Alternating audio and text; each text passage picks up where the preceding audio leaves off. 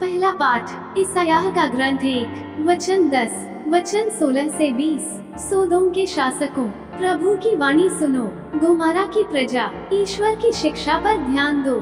स्नान करो, शुद्ध हो जाओ, अपने कुकर्म मेरी आंखों के सामने से दूर करो। पाप करना छोड़ दो, भलाई करना सीखो, न्याय के अनुसार आचरण करो, पददलितों को सहायता दो, अनाथों को न्याय दिलाओ और विधवाओं की रक्षा करो। प्रभु कहता है, आओ हम एक साथ विचार करें।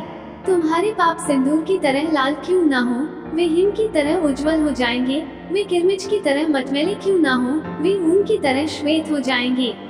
यदि तुम आज्ञापालन स्वीकार करोगे तो भूमि की उपज खाकर तृप्त हो जाओगे, किंतु यदि तुम अस्वीकार कर विद्रोह करोगे तो तलवार के घाट उतार दिए जाओगे। ये प्रभु की वाणी है। सुसमाचार संत मत्ती 23 वचन 1 से 12। उस समय ईसा ने जनसमूह तथा अपने शिष्यों से कहा, शास्त्री और फरीसी मूसा की गद्दी पर बैठे हैं, इसलिए वे तुम लोगों से जो कुछ कहें वो करते और मानते रहो, परंतु उनके कर्मों का अनुसरण ना करो, क्योंकि वे कहते तो हैं पर करते नहीं। वे बहुत से भारी बोझ बांधकर लोगों के कंधों पर लाद देते हैं, परंतु स्वर्ण उंगली से भी उन्हें उठाना नहीं चाहते। वे हर काम लोगों का ध्यान आकर्षित करने के लिए करते हैं। वे अपने तावीज छेड़े और अपने कपड़ों के झब्बे लंबे कर देते हैं।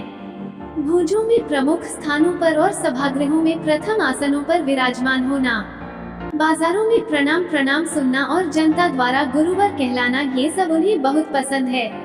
तुम लोग गुरुवर कहलाना स्वीकार न करो, क्योंकि एक ही गुरु है और तुम सबके सब भाई हो। पृथ्वी पर किसी को अपना पिता न कहो, क्योंकि तुम्हारा एक ही पिता है जो स्वर्ग में है।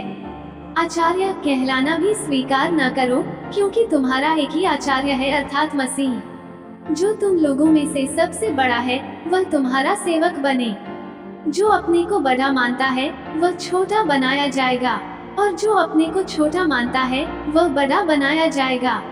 मनन चिंतन। आज यीशु हमसे कहते हैं कि हम पृथ्वी पर किसी को भी गुरुवर, पिता या शिक्षक न कहें।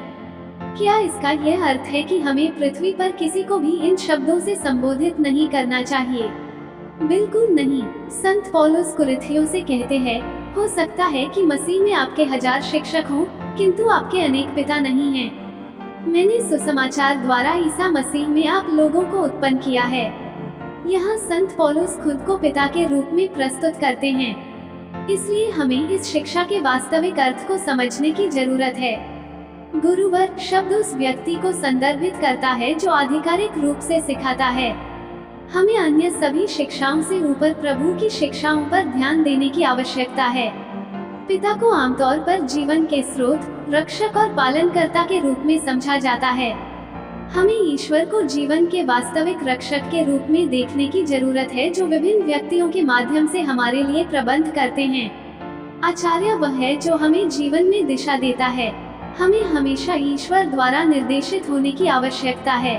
दूसरे शब्दों में, प्रभु यीशु अपने श्रोताओं से कह रहे थे कि वे ईश्वर को प्रत्येक गुरु, पिता और प्रशिक्षक से परे रखें और कभी भी ईश्वर की सर्वोच्चता, शिक्षाओं और निर्देशों के विरुद्ध न जाएं। आमीन।